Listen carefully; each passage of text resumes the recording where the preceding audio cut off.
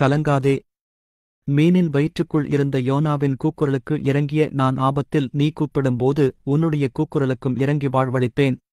மகனே, என் மகளே, இன்றைக்கு உனக்கு நான் தரும் வாக்குத்தத்தம் இது. கர்த்தர் தாமே உனக்கு முன்பாகப் போகிறவர். அவர் உன்னோடு இருப்பார். அவர் உன்னை விட்டு விலகுவதுமில்லை, உன்னை கைவிடுவதுமில்லை. நீ பயப்படவும் கலங்கவும் வேண்டாம். எல்லா மனுஷரும் உங்களை குறித்து புகழ்ச்சியாய் பேசும்போதே உங்களுக்கு ஐயோ!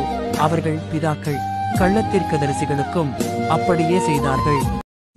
என் அன்பு பிள்ளையே, இந்த நாள் உங்களுக்கு ஆசீர்வாதமாயிருக்க நான் தரும் வாக்குத்தத்தம் இது. கர்த்தர் உன் ஆக்கினைகளை அகற்றி உன் சத்துருக்களை விலக்கினார். யேசபேலின் ராஜாவாகிய கர்த்தர் உன் நடுவிலே இருக்கிறார். இனி தீங்கை காணாதிருப்பாய். செப்பனியா 3:15. மனுஷர் உங்களுக்கு எவைகளைச் செய்ய விரும்புகிறீர்களோ அவைகளை நீங்களும் அவர்களுக்கு செய்யுங்கள். இதுவே நியாயப்பிரமாணமும் தீர்க்க தரிசனங்களுமாம்.